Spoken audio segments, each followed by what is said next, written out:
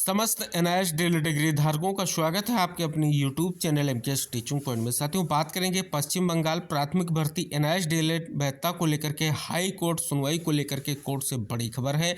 इस वीडियो के माध्यम से अवगत कराएंगे। निवेदन करेंगे वीडियो को बिना स्किप किए अंत तक देखें और सभी साथियों को शेयर करें।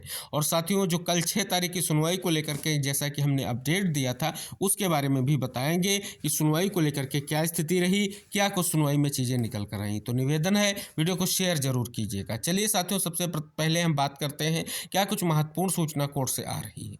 यहाँ पर साथियों आप सभी के सामने केस का स्टेटस है। इस स्टेटस में देखेंगे तो स्पष्ट तौर पर एक बड़ा बदलाव देखने को मिला है। यहाँ पर आप देखेंगे तो जितनी भी अभी तक सुनवाइयाँ हुई थी, यानी 25 जनवरी तक जितनी भी सुनवाइयाँ हुई थी वो सभी अभिजीत गंगोपाध्याय सर की जो है सिंगल बेंच में हुई थी। अब साथियों एक बड़ा परिवर्तन देखने को मिला है और अब ये सुनवाई जो है 6 तारीख यानी कल की सुनवाई से स्पष्ट हो रहा है कि ये जो है राजशेखर मंथा सर की बेंच में केस कहीं ना कहीं अब पहुंच चुका है। अब साथियों क्या कल की स्थितियां क्या रहीं, तो यहाँ पर आप देख सकते हैं कि फार हियरिंग जो होता है, कहीं ना कहीं पर्पज ऑफ हियरिंग का अर्थ है कि फार हियरिंग में जो आपकी सुनवाई है वो आज जो है सूचीबद्ध कर दी गई है। अभी साथियों आप सभी को अवगत करा दें, 25 तारीख का जो आदेश है उसमें स्पष्ट तौर पर इंगित किया गया है कि लेंथी जो है हियरिंग होगी तभी ये मामला जो है यानी ऑर्डर रिजर्व होगा, इसका निस्तारण होगा। और लेंथी हियरिंग के लिए स्पष्ट किया गया है कि कहीं ना कहीं 12:45 से स्पष्ट तौर पर इसकी सुनवाई की जाए। अब साथियों यहाँ पर क्या स्थितियां हो रही हैं, जो लगातार डेट्स आ रही हैं और ऑर्डर रिजर्व नहीं हो पा रहा है, इसको भी आगे वीडियो के माध्यम से आपको इंगित कराएंगे। फिलहाल साथियों ये एक बार फिर से जो है नई बेंच में केस जा चुका है और आप सभी को पता है 30 तारीख का जो आदेश था जिसमें स्पष्ट तौर पर वेस्ट बंगाल प्राथमिक एजुकेशन बोर्ड के तरफ से और एनसीटी की तरफ से जो है एक लिखित नोट जो है सबमिट करने को लेकर के कहा गया था, जो सुप्रीम कोर्ट का फैसला उसके परिपेक्ष में। इसके बाद में साथियों आप सभी को पता है पहले जो है एजुकेशन बोर्ड ने अपना जो है लिखित जो है नोट सबमिट किया और उसके बाद जो एनसीटी ने सबमिट किया। अब साथियों फाइनल हियरिंग होनी है। साथियों 25 तारीख को थी फाइनल हियरिंग, लेकिन समय की जो है कहीं ना कहीं कमी के कारण जो है स्थिति नहीं हुई। अब साथियों आप सभी को अवगत करा दें कि अभिजीत सर की बेंच में इस केस को फिर से क्यों नहीं जा रहे हैं। साथियों आप सभी को अवगत करा दें, श्रम व औद्योगिक मामले जो है कहीं ना कहीं उस बेंच में सुनवाई को लेकर के कहीं ना कहीं कंटिन्यू लग रहे हैं। इस वजह से इस मामले को अब जो है नई बेंच में ट्रांसफर कर दिया गया है। तो साथियों अब क्या जो है ऑर्डर रिजर्व होगा, क्या आज सुनवाई होकर के क्या स्थितियां हैं, तो साथियों ये चीजें हम आपको काज लिस्ट की तरफ ले चलते हैं, वहां से कुछ सारी चीजें स्पष्ट हो जाएंगी आपकी और आशा करेंगे कि जल्द से जल्द जो है ये फाइनल सुनवाई हो और स्पष्ट रूप से ऑर्डर रिजर्व हो। और दूसरा कारण साथियों क्या हो सकता है, जो उस पर भी विचार करेंगे कि आगे क्या स्थितियां रहेंगी। तो वीडियो में अंत तक जरूर बने रहें और सभी साथियों को वीडियो शेयर जरूर करें। तो साथियों ये है काज लिस्ट आप सभी के सामने, जो आपके जिस बेंच में केस को ट्रांसफ़र किया गया है। अब साथियों यहाँ पर आप सभी के लिए जो चीज़ें हैं, कई सारी चीज़ें यहाँ इंगित की गई हैं, लेकिन मेन चीज़ें नोट्स में दी गई हैं। पहला पॉइंट लिखा गया है कि contempt application modification and clarification shall be taken up on Friday, यानी ये जो कंटेम्प्ट एप्लीकेशन हो या मॉडिफिकेशन हो या क्लेरिफिकेशन हो, इसकी सुनवाई सदैव इस बेंच में शुक्रवार को रखी जाएगी। दूसरी तरफ लिखा गया है every day hearing matter shall be taken up 3 PM। यहाँ पर आप सभी को पता है हेयरिंग मैटर जो होते हैं फायर हेयरिंग को लेकर के लगाए जाते हैं, जिसमें आप सभी का केस लगाया गया है। अगली बात कर ले साथियों, 3 नंबर पॉइंट में लिखा है Yuri Monday Wednesday and Friday group second matter shall be taken up 10:30 बजे से ये टेकन अप होते हैं। तो साथियों आज वेडनेसडे है तो ग्रुप सेकंड के जो मैटर हैं वो 10:30 बजे से सुनवाई को लेकर के आएंगे। इसके बाद यूरी ट्यूसडे और थर्सडे ग्रुप 6 के जो मोशन मैटर्स हैं शैल बी टेकन अप शाम 10:30 बजे से ये स्टार्ट होते हैं। यानी साथियों आप सभी को अवगत करा दें, आपका जो सुनवाई लगी हुई है वो लगी हुई है फॉर हेयरिंग में, और every day hearing matter shall be taken up 3 बजे से इसको बात की गई है।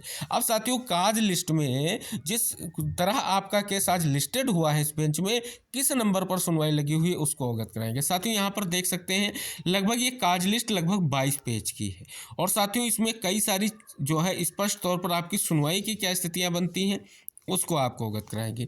यहाँ पर देख सकते हैं आपका 385 नंबर पर केस है। और साथियों यहाँ पर आप देख सकते हैं 16/148/2023 जो आपका केस है, जिसकी सुनवाई कहीं ना कहीं इस बेंच में होनी है। तो साथियों क्या संभावना बन रही है कि इसकी सुनवाई होगी? तो साथियों जैसा कि आप सभी को पता है, ये सुनवाई जो आपका केस की अगर बात करें टाइप ऑफ फॉर हियरिंग में लगा हुआ है। तो यानी 3 बजे के बाद कहीं ना कहीं आप देख रहे हैं काज लिस्ट में ये चीज़ मेंशन की गई है। जो एवरी डे हियरिंग की बात की गई है उसमें सुनवाई की बात की गई। आज की सुनवाई आप सभी को पता है कि जो है ऊपर काज लिस्ट में स्पष्ट तौर पर इंगित किया गया है। यहाँ पर आप देखेंगे कि जो मंडे, वेडनेसडे और फ्राइडे में ग्रुप सेकंड के मैटर जो है सबसे पहले 10:30 बजे से सुने जाएंगे। तो यहाँ पर आप देख सकते हैं ग्रुप वगैरह वाइज यहाँ पर काज लिस्ट मेंशन की गई है पूरी की पूरी, और उसके बाद जो है कहीं ना कहीं सुनवाई होगी, ऐसा इसमें स्पष्ट तौर पर केसों को यहाँ पर मेंशन किया गया है।